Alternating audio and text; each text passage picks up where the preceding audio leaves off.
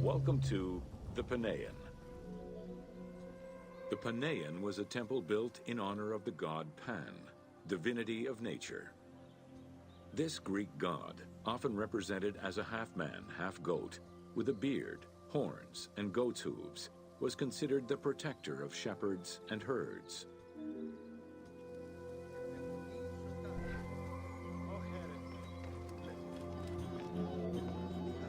Pan's attribute was his namesake musical instrument, the pan flute. His temples were usually located in caves and on high mountains, and were frequented by shepherds. It is likely that Mediterranean cults adopted the imagery of Pan to symbolize the Christian devil.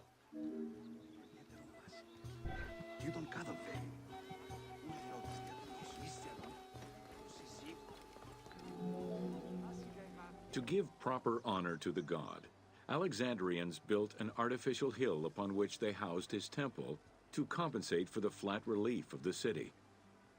The artificial mound had the shape of a spinning top or a pine cone, which was accessed by a spiral staircase. The top had a panoramic view of the entire city. Only such heights would be fitting for a mountain god.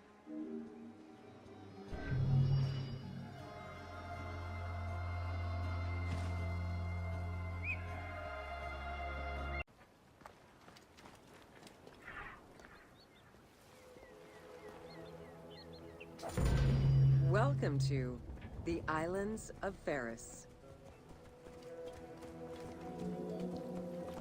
The Heptastadion was a bridge-like causeway connecting the island of Pharos to mainland Alexandria. Its name is based on the Greek terms of measurement, hepta, meaning 7, and stadion, which is a measure of length of roughly 180 meters.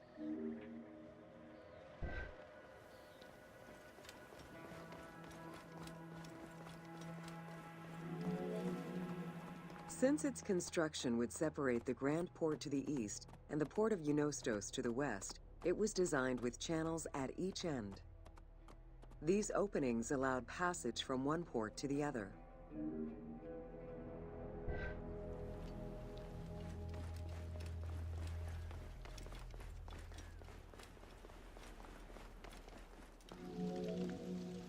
Along with creating separate harbors for the commercial and military shipping, the causeway served as a main aqueduct for the island's inhabitants.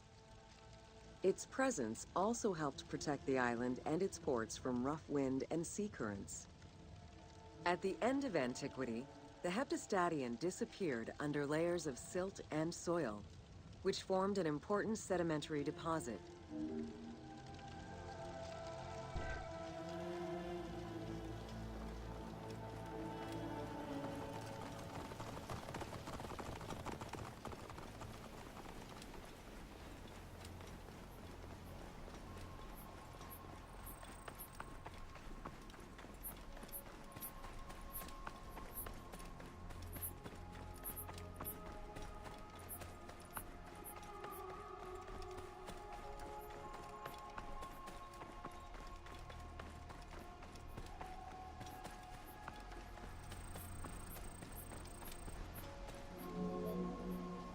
While the Serapeum was the most celebrated of the temples in Alexandria, many other temples were built within the city.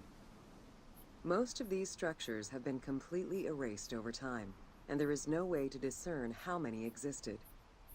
However, research of ancient papyri offer tantalizing hints as to the possible location of at least some of the temples.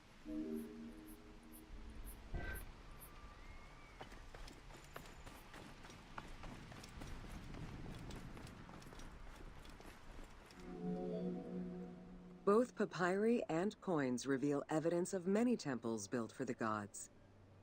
Poseidon, the god of the sea, likely had an edifice in his honor west of this island, as well as on the mainland.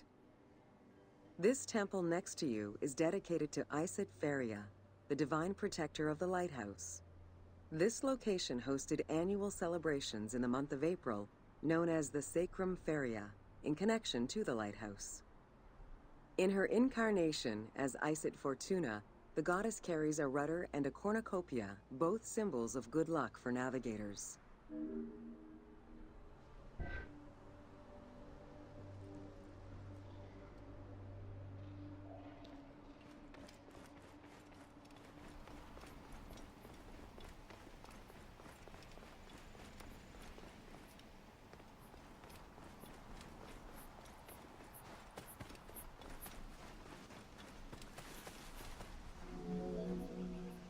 Considered one of the 7 wonders of the ancient world, the Lighthouse of Alexandria was a source of great pride for the inhabitants of the city.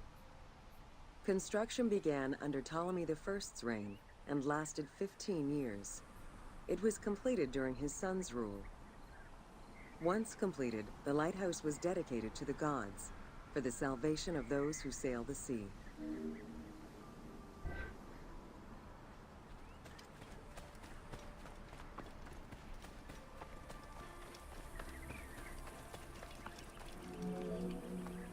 Built on the island of Pharos, the stone structure was 3 tiers set on top of one another in a step formation.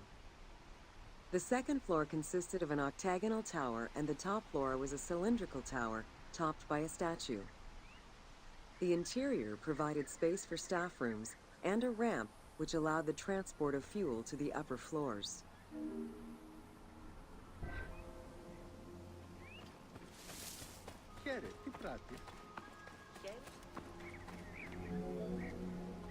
Essential to safe navigation through the rifts and shallow waters, the Pharos was a functioning lighthouse with a beam reportedly visible 50 kilometers away. It's unclear what kind of fuel was used or how much. Any other details of how the light worked remain a mystery.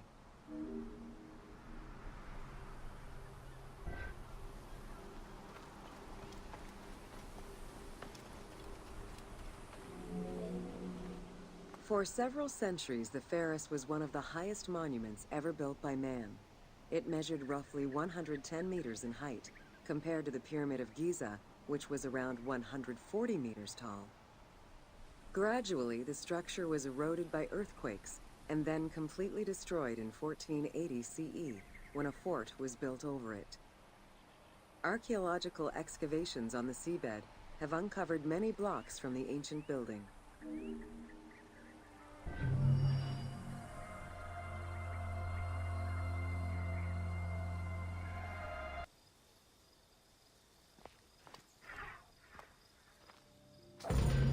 Welcome to the Greek Pharaohs.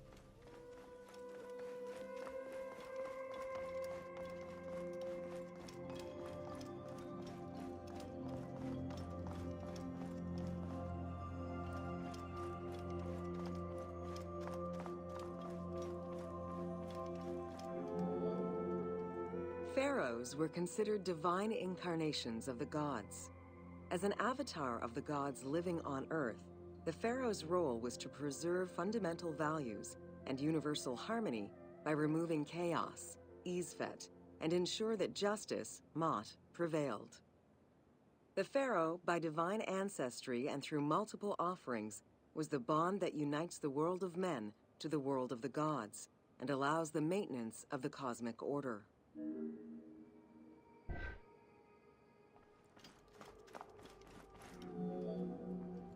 The Ptolemaic dynasty reigned over Egypt from 305 BCE to 30 BCE. The dynasty was called the Ptolemies of the Lagids, in recognition of the founder of the dynasty, Ptolemy Lagos, a Greek general and close friend of Alexander the Great. While Macedonian, Ptolemy Lagos understood that to be accepted by the Egyptian people, he would have to adopt their traditions. Upon assuming the title of pharaoh, he changed his name to Ptolemy I Soter, meaning savior.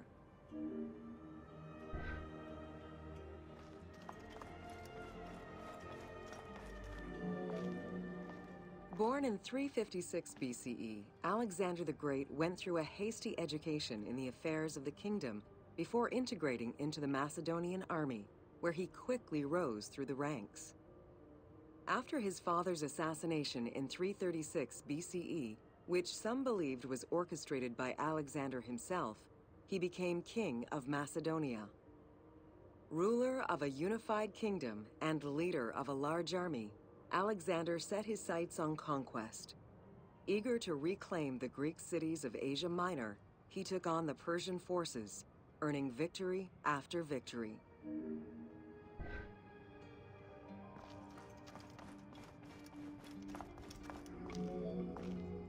Ever victorious, Alexander the Great marched on, laying siege to city after city until he reached Egypt, where the Persians were defeated yet again.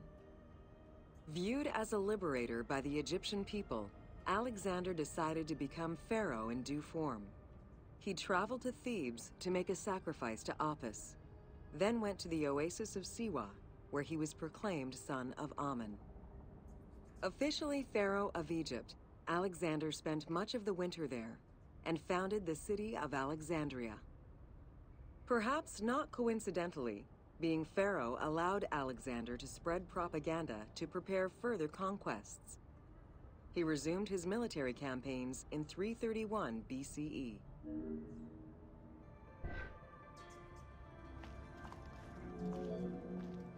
On his deathbed in 323 BCE, Alexander the Great gifted the satrapy of Egypt to Ptolemy Lagos. Perfectly aware of the value of Egypt, Ptolemy ensured not only the stability of the country's borders, but also its economic and military development. At the same time, he worked with the Egyptian elite to maintain the internal order of the country. By 305 BCE, Ptolemy, well respected both in Egypt and in the Mediterranean, was at the head of the largest fleet of the Hellenistic world.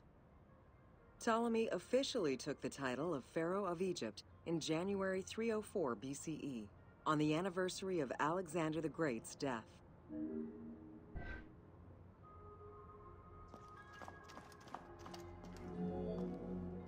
Alexander died in Babylon in 323 BCE. His remains were placed first in a solid gold sarcophagus, and then within another. The casket was carried in an ornate custom wagon, gilded and set with precious stones, and pulled by 64 mules crowned with gold.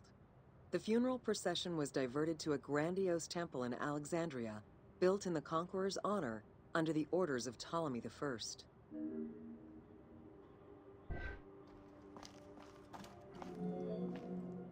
Julius Caesar visited Alexander's tomb at the capture of Alexandria, and the Roman Emperor Augustus reportedly placed flowers there.